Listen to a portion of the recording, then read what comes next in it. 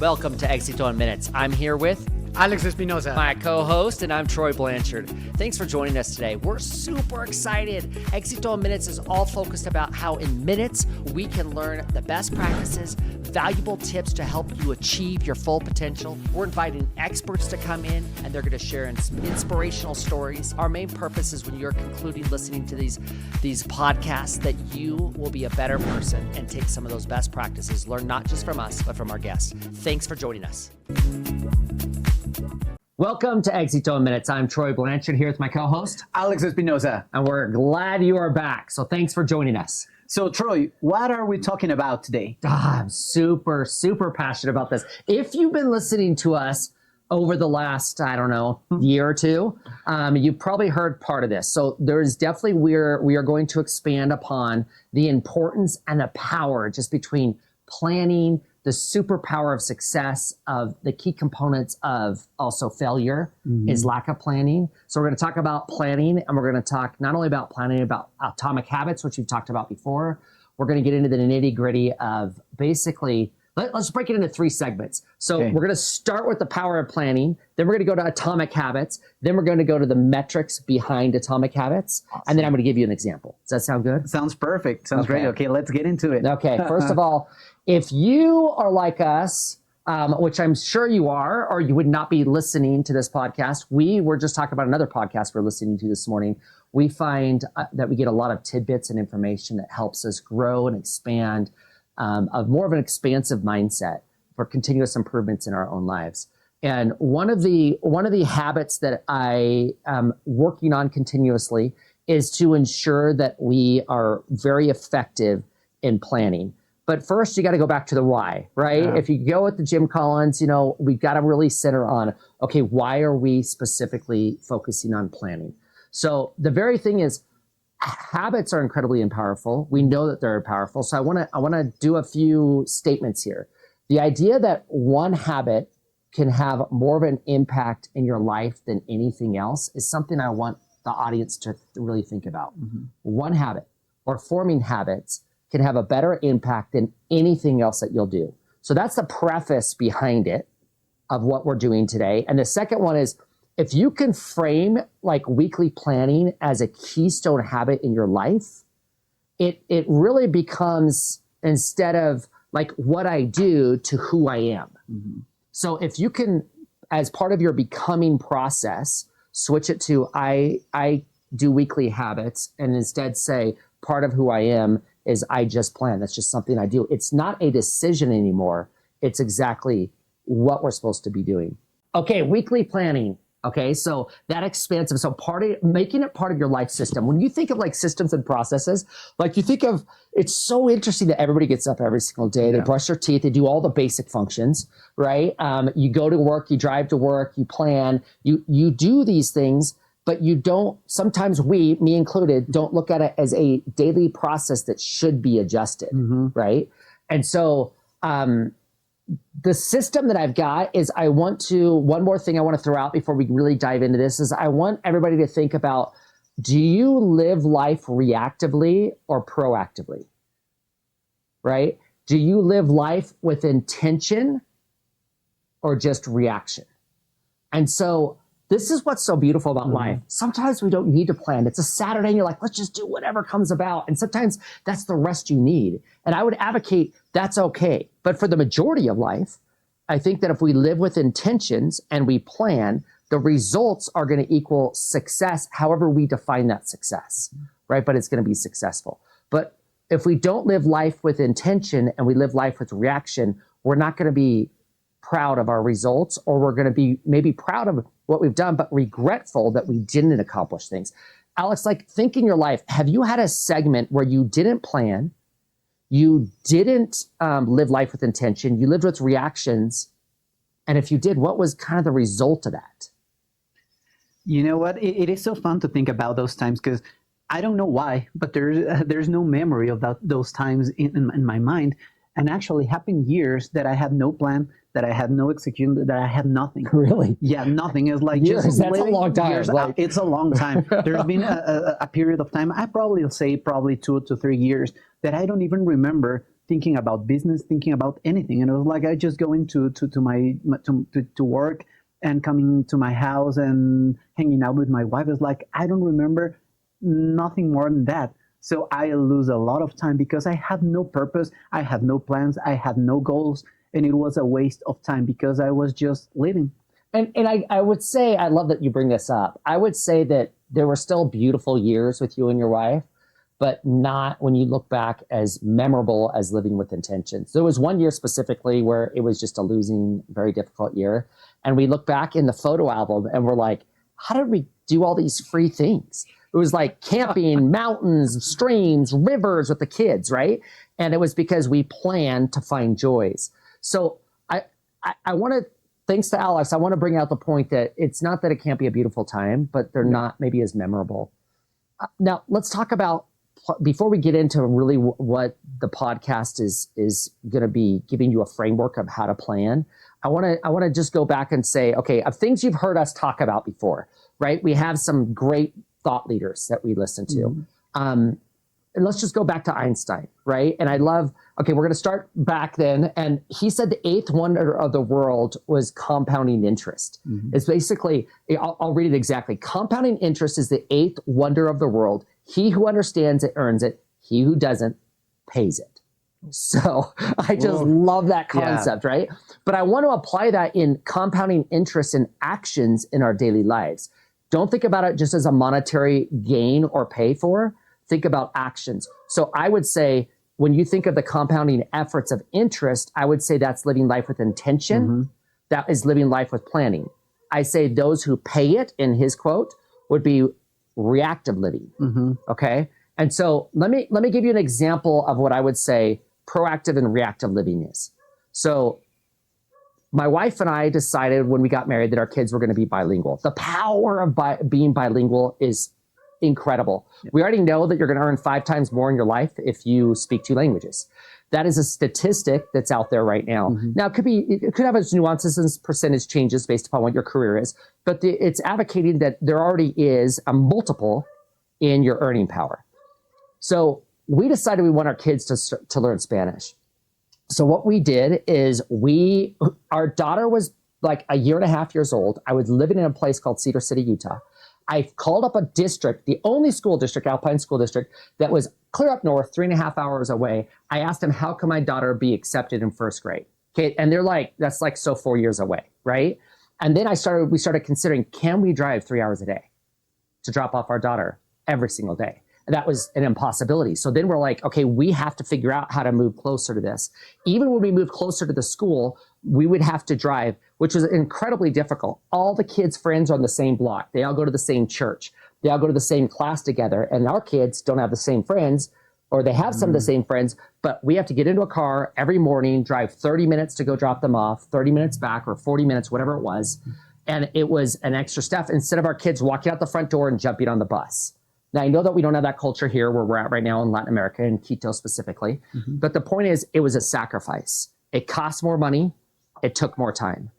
But if you want to talk about the compounding efforts of a multiplier, I want you to sit back and think about the lack of investing in your kids and their duality in language, and then think about that ROI. If they're going to earn 5 times more in their life, they're going to have 5 times more the opportunities for jobs. Then the investment that you make now into your kids going into a bilingual school or an English immersion is going to have a multiplying effect. And I have a unique scenario, you do too, where you've hired in one short 2-3 months, it was like 30 people that came onto the company you're running, right? Same thing with me, right? And there's hundreds of people that need jobs. And the ones that you get jobs are the ones that speak English, that if you live in Latin America. And so if you want to, if you don't live with intention and just reaction, your kids will be amazing kids because you're their parents, right? You're gonna raise them and they're gonna be amazing. But if you want them to have a competitive advantage in life, then take the time every single day to invest more money and time to drive them farther to get them to school. It's gonna be pain. It's gonna be uncomfortable. It's not gonna be convenient. It's not gonna be easy. It's gonna be expensive. But in the end, when they turn 20, 21, 22, their life will take a complete different path. That's what happened with my kids. 4 kids, they all speak fluent Spanish. They live in the United States, and they have more opportunities because they're duolingo in the United States, because they speak number 2 language in the United States is Spanish, because they speak Spanish. Wow. So that's what I'm saying with, like, when you think of reactive versus active. Some people I talk to, and we used to actively recruit for the Spanish program, and I used to be able to say, hey, you should have your kids. So yeah, I'll talk to my wife and we'll talk about it. And then I see them again a year later. Did you join the Spanish immersion? And they're like, oh, I still got to talk to my wife and it's a little bit hard. And then we blink, 10 years goes by, and what do they all say? I wish I would have made my kids stay in that. Not all of them, but some of them say, I wish I would have my kids. And when you talk to the kids when they're 20, they're like, Mom and Dad, why didn't you make me learn piano or another language? Yeah, right. So let's go on to planning. I think for a company, the importance of planning is a magnifier. In the company you're running right now, Alex, are you guys going to plan for 2026? And if so, what does that look like for you as a company? That's right. Something that we've been talking about a lot this last time is how can we change our reality? Because we had a very difficult time when we need to find a way to survive into the market. So what we're looking right now is like, okay, what do we need right now? What is our priority right now? Because in order to make this plan to be successful, we need to think about our priorities, not what we like to do, not what we want to do, but what we need to do. So we said we basically are working on numbers, because numbers right now are our priorities. Okay, so your priorities are based upon numbers, and those numbers are based upon breaking even or a specific, or is it about profitability? Is it about? It's about profitability, because I would hope so. Breaking even should not be your goal. Well, actually, maybe it should be for a short time. Yeah. we got into the break-even point finally after fighting probably 3 years. Ooh, we've been losing money every single month. It's like we open our doors, poof, losing money. Congratulations, though, you broke even in a row for 3 years. Finally, it's like we found we had to make hard decisions. Really hard decisions. We had to let people go, people that are very valuable. So we loved our people. There are others that actually they had to go because of part of the process.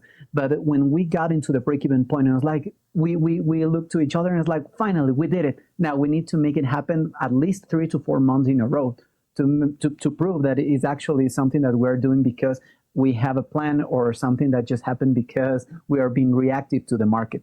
So now that we are on that place, now we're looking to get into the profitability point by 2026. We want to be a profitable company, and we are taking all the small things, all the small steps that nobody wanted to took before that. Because let's say, it's so funny, I have to tell this story. We usually meet with our customers, and before that is like I have to count at least 5 of our customers that asked us, are you the owners? Because there are 3 of us that are administrative team doing the jobs and all that stuff, cleaning rugs and couches and all that stuff. It was like, are you the owners? And I was like, no, we are not. We're just part of the administrative side, because we have our people there and they are full, they are booked, they cannot be here. So we are doing the job. So you're doing the cleaning, yeah. And they're like, seriously, you guys are doing this? Yeah, and we love it. And then we create bonds that are so amazing that they're like, okay, I need you to do this, and I'm going to give you my friend's number so you can call them, because what you're doing is amazing, because we can see other things with them and they can see things with us. It's like we created a space where we have trust and all that stuff that is amazing. But all of this happened because we planned to start increasing our sales. We start to increasing the number of jobs we have. We plan on diminishing the time we took in every single job we make and stuff like that. So how to buy the right products, the right containers, how not to avoid to waste all those things, because the products that we produce are expensive. So we need to be very careful of what we do, the timing and all that stuff, even the mileage of our vans and all that stuff. So now everything is working because we reduce our cost, and now we are selling and we are into the break-even point. We're not profitable yet, but it's been amazing. So that's the plan. We divided into quarters. Every quarter has a weekly scenario. We need to make the numbers completely into a week, and your then KPIs, our weekly, KPIs, quarterly, our monthly, KPIs, yeah, weekly, monthly, quarterly. So yeah. finally, we had to let people go. But yesterday, I had a conversation with one of our members that used to work with us, Ricardo. Shout out to Ricardo, he's amazing. And I was like, hey, I have so many leads, I cannot manage them anymore. It's like we've been losing many people for the last 3 months because we don't have the time to call them, to be with them.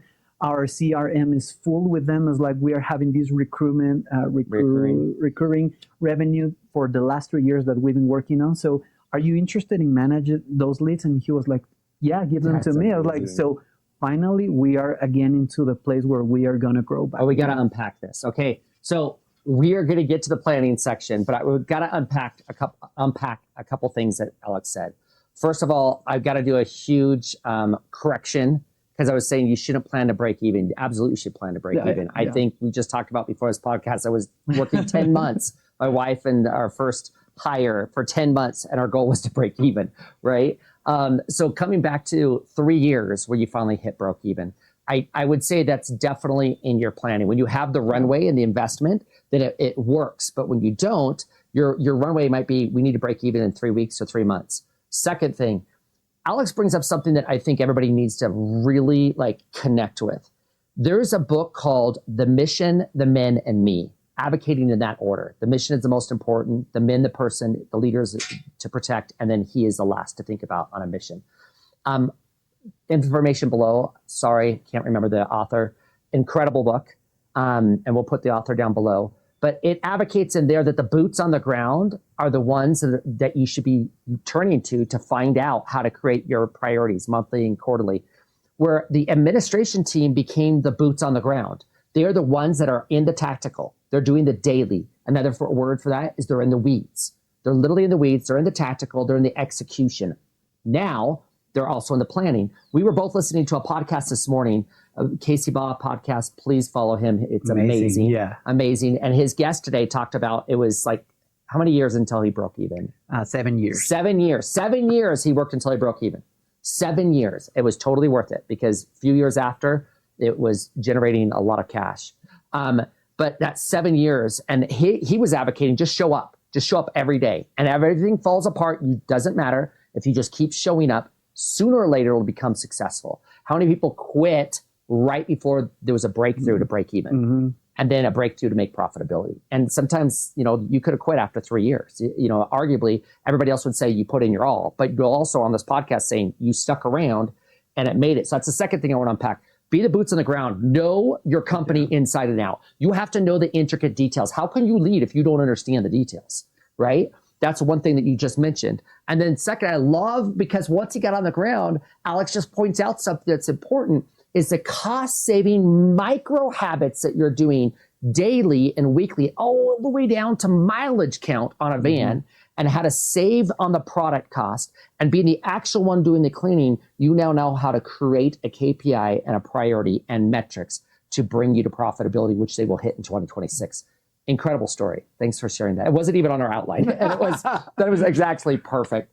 Alex, I want to go into something that I want to add is we are honoring what the leaders before us created. Is something that sometimes happen at the companies. It's okay, those were those plans, those KPIs, guys. It's I don't care about them. But it's in our case, it's not like that. It's okay, we need to find a way to honor what was also created before we started to run the company, because it has a high value and it has a purpose, and it was a vision before that. So let's find a way to honor all of that and to keep that spirit. And also let's add something of probably very small things that we can add to the original plan. So that's been working, because it creates a sense of confidence into the team. It's you're not telling me now to go to the left or to the right. We are following the same path, probably doing different things, but it's the same thing. So honoring something that happened before will create a different sense of the company. The people will trust in all the plans that we are proposing right now. So I would reframe that. I think that's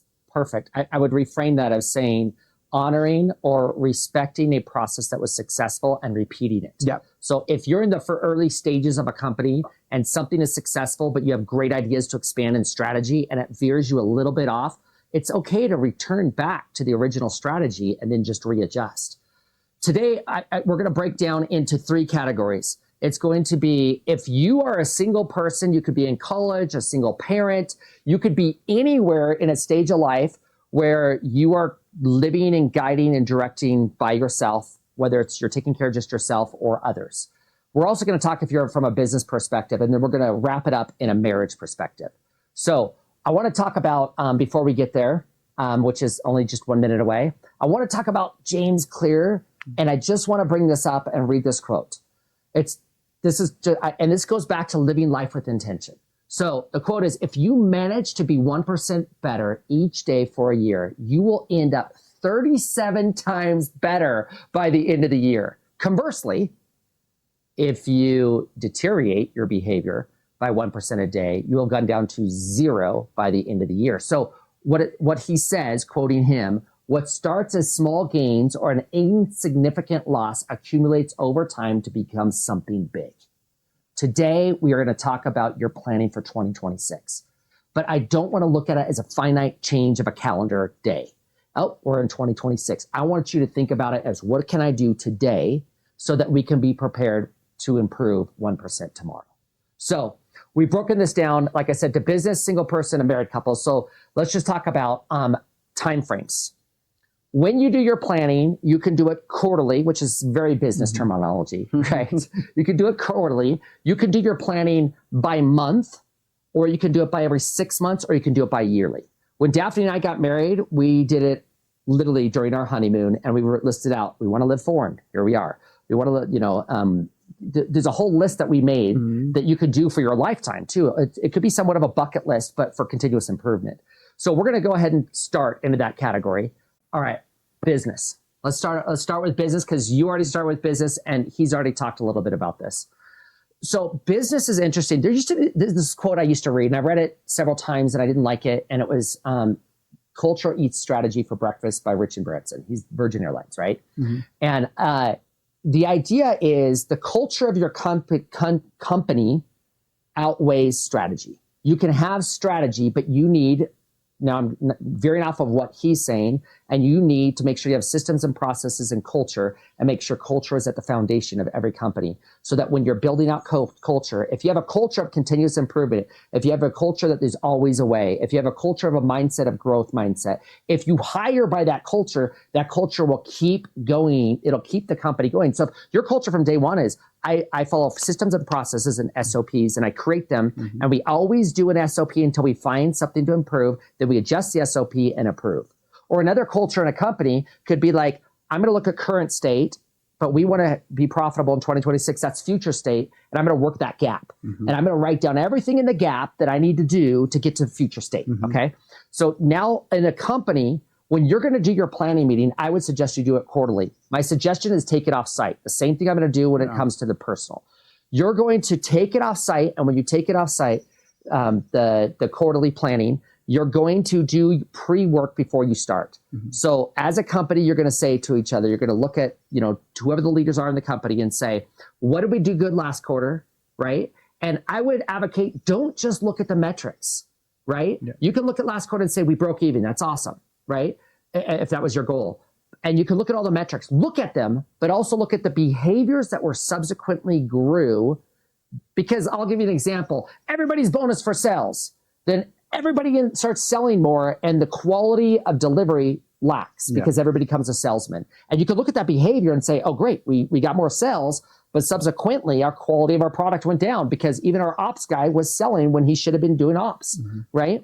And so there's behaviors that inadvertently happen based upon the direction of the leaderships. So don't just look at metrics when you're a company. Go off site. It could be with one person if you're a small company. Go with 2 people if you want. 2's better because you can ideate. Yeah. If you can't afford an overnight stay at some, glass house or a campground, then just turn off your phones, turn off the Wi-Fi, walk in with a whiteboard, and lay out your quarterly plan. When your quarterly plan is done, well, first I do the yearly. Do your yearly plan. Then when your yearly plan is done, you break your priorities and KPIs into your quarters. And then in your quarters, you break it to monthly, and then you break it to weekly. Now, if you want to learn more about this, we did a great podcast on this. At least we think it was great. Maybe it wasn't. But you can go back, and we did that at the turn of 2024 to 2025. Yeah. So now I really want to focus a little bit more on the personal side. A lot of these are going to apply either way. So let's just say a single person. I would say if I'm in college, like my son's in college right now, the number one thing you can do to do his offsite is you say, let's say you're doing it every 6 months. So you're going to start off by removing yourself from the equation. You don't do this at your apartment. You can go to the library. You can go to anywhere you want to go. And you're going to start off with a gratitude. And you're going to start off with a list of saying, over the last 6 months, what am I grateful for? And then you're going to say, where have I seen the hand of God in my life over the last 6 months? So you got a gratitude list, then where you have seen miracles in your life. And then you're going to do a heroes list. Who are the people that right now are my heroes? And that could be somebody that helped you pay for school. It could be a lot of things. Then you're going to write down, what do I see in those heroes, right? What are their practices? What are their philosophies that make them my heroes that I want to emulate? You don't have to be original. You can copy and paste. Mm-hmm. Find out what their best atomic habits are, and then copy what they're doing. So there's the basis for your offsite. Then you write out, what do I want to accomplish the next 6 months? What do I have to do over the next 6 months to accomplish it? And here's one that you're not going to find on most podcasts. What do I have to do? What do I have to sacrifice to achieve that in the next 6 months? Because when you say yes, you say no to something else. Yep. So there's a lot of good things where like, hey, you want to go to a service project this Saturday? You're like, oh my gosh, what is it? I tell you all about the service project and you're like, yes, but you just said no to being with your daughter. Yep. And you promised your daughter you'd be with her this Saturday. Mm-hmm. So just remember, you're going to have to sacrifice a few things. And sometimes you'll put this audacious goal out there and you write the list of what you have to sacrifice. And then you realize, I don't want to achieve that anymore. I'm going to lower that a little bit. Mm-hmm. So that's a good example of what I would do. I would break it into 4 categories. If you're single with kids, I would break it into family and personal. I'd break it into spiritual. I'd break it into education, right? Spiritual. And then the third one is physical. That's the one I was trying to remember. I think they just had to splice it because I messed up. But it's basically breaking it into spiritual. So you kind of have a spiritual aspect, you got a continuous improvement aspect, and you got an educational aspect. And then the last thing, culture within yourself. What are the behaviors of negative behaviors that have created and formed in the last 6 months that you want to change? Now you have your list. You're going into your offsite. That's current state. You create it, write it all down. You look at it, you internalize it, you think about it, and you create the next 6 months. Okay, that is for a personal. That's a very personal, single, I would say somebody that doesn't have a partner that they can ideate with. Now I want to go into partnership planning. Partnership planning, I'm a huge advocate. I think actions speak louder than words. I was there last weekend. I went to there's Park City area. There's a little place, Deer Valley by Jordanelle River up in Utah. And we went and got an apartment. And it was just Daphne and I went and got this apartment. I show up and I want you to kind of like in your mind, think about, we're packing and talking and ideating about what we're going to do over 2026. What did we do good last year? What are we going to do different this year? And we're packing our bags, right? We're zipping up. We're leaving our scenario to go to a complete blank whiteboard, right? And we're doing a lot of the same questions I've already said for businesses and for personal, like for a single person. And we're talking together. We show up, I open up, pull out 5 Expo pins, big glass windows, and I just start going to work. And we break it into categories. And as a couple, this is going to be difficult. And if you don't think that your partnership right now can handle this, then I would advocate read Crucial Conversations. Yeah.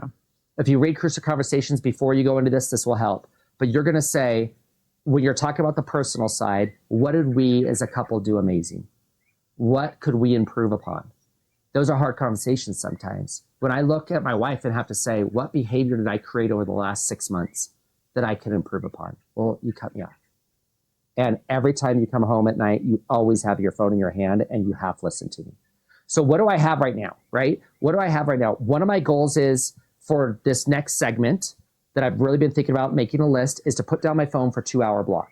So when I come home from work, if anybody wants to get a hold of me, they can't. Between 6 or 5, let's say it's 5 and 7 or 5 and 8 or 6 and 8. Mm-hmm. Nobody can get a hold of me because my phone's off. That way your daughter knows Dad doesn't even look at his phone between 6 and 8, period. Yeah. He's with me, right? Your wife knows that you're with her listening to it. A lot of times you'll talk to your spouse and it'll make you realize, oh, I got to make that appointment tomorrow. And then boom, the phone's back open again. But you could just write it down. So the thought process is have that conversation. What could I have done better? Is there any scenarios over the last 6 months that are still kind of festering or kind of bother you? Oh yeah, you remember that one time you seemed to get frustrated when we talked about this subject, or you said something in front of Gabo that you shouldn't have said, right? And you were frustrated I said that. Then at that point, you're gonna be like, oh yeah, I'll work on that. But then don't say you'll work on it. Write out what you're going to do and have a code word. Yeah. If Daphne, if I start speaking quicker, Daphne will be like, hey, you're speaking faster. And that's because I'm getting passionate, right? Like, and passion can lead to not listening to her like I should. So that's what you're going to do on your offsite. So you get there, you're with, if you can, go stay the night somewhere. Have somebody watch your kids. Do a babysitter trade out if you can't afford it. Go find a very inexpensive camping location, but it has to have a whiteboard. You got to bring butcher paper of paper, and you're going to break it down into 4 areas as a married couple. I think that the power of that is you come out with both understanding each other, and I think the phrases you should use that you need to really use is, Alex, when you said this, it made me feel this way. And you're like, that wasn't my intention. I didn't mean to make you feel that way. I can't help how you feel. That's not the approach. It should be, you should recognize, go, oh, that wasn't my intention to make you feel that way. And she'll say, I know. And so then you come up with, well, then how can I avoid that in the future? And you should use terminology that creates a safe space, that advocates a safe space. What does success look like? You've had a rejuvenating weekend. You spent 2 days together and a night. You've had 4-hour blocks each of those days, maybe 6-hour blocks of crucial conversations, and then a break in between. So if we're talking, let's say marriage, it might be, what are we going to do with the kids over the next 6 months or the next year, whatever your time frame is. And then you really get into the details of their education and habits that they're forming and what you want to change. And I mean, how many times I have chore charts on the wall, and then we had them color in their chores, and how do we change that? One time we decided to start giving book reports as they became teenagers, that they had to literally read a book to get their phone back and then write a report on it. And it was Crucial Conversations, the book for teenagers. Great. So there's things that you'll form in that, but take a break, go on a hike, come back, get back to the subject.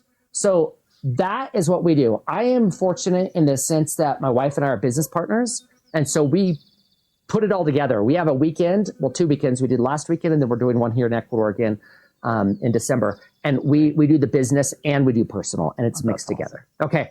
So that was a lot of information. No, it was great. I was thinking about something that I learned the last week, and it was like, there's a place when we want to show something that we are not. It's like, I'm going to put it as an example. Okay, I have my dining room and everything at my house, which is very clean and organized, because that's the way I am, like very organized. And I was thinking, how can I create this space, this physical scenario where I can see my metrics, where I can see everything? The only way is like I put all the papers on the wall and everybody will get into them and watch it. Is like, suddenly I learned that you don't care about that. You don't care about what other people think about what you're doing right now. What is more important is what is behind that. Is my plan. Those are my plans and all that stuff. So now my walls is like, if you get into my house, you can see the walls, the numbers, the metrics, the everything. Is like, I don't care if someone else watch that information, because it's something that I will understand and my family will. But every time when we walk into that room, is like, we need to do this. We need to start working on that, and it helped us a lot. So I forgot that space. I was like, no, I'm sorry, I don't have the place. I don't have the money. I don't have the resources. I don't have even the money to get into a nice place. It's like, you don't have to think about those big things. You just start with what you have and find a way to make it happen. So that helped me a lot. I love that. Week. And that's the way you should start. If you're sitting here listening to this podcast going, I can't afford to go somewhere offsite, do it right there in your house. Just shut off everything. Put up your visual metric boards. Some people have vision boards, I think they're called. I had one at once. My wife made me one for one Christmas. It was awesome, and put a little motorcycle going over the Andes Mountains before we even moved here. And I was able to get a motorcycle and go over the Andes Mountains in it. And it was really fun because the board she put together, we've accomplished like 70% over the last 7 years. And so a visionary board is good. Metrics board. If you're not seeing it, you're not measuring it, sometimes it doesn't happen. Yeah. And so I love that. And wrapping it back to the very beginning, go back and look at the statistic. Live life with intention. Make sure that you review and have metrics and improve 1% per day. Choose what you want to accomplish and choose what you're going to let go of to accomplish that. Surround yourself with people that have like-minded goals, and you will win. Show up every day. Even when it's rough, even when you want to quit, keep showing up and you'll get there. And that's it for today. That's it. It was amazing. Well, thanks for joining us, you guys. We're so excited to be back this year. It's only a few episodes this year and lots more next year to come. So thanks for joining us. Have a great day. Bye.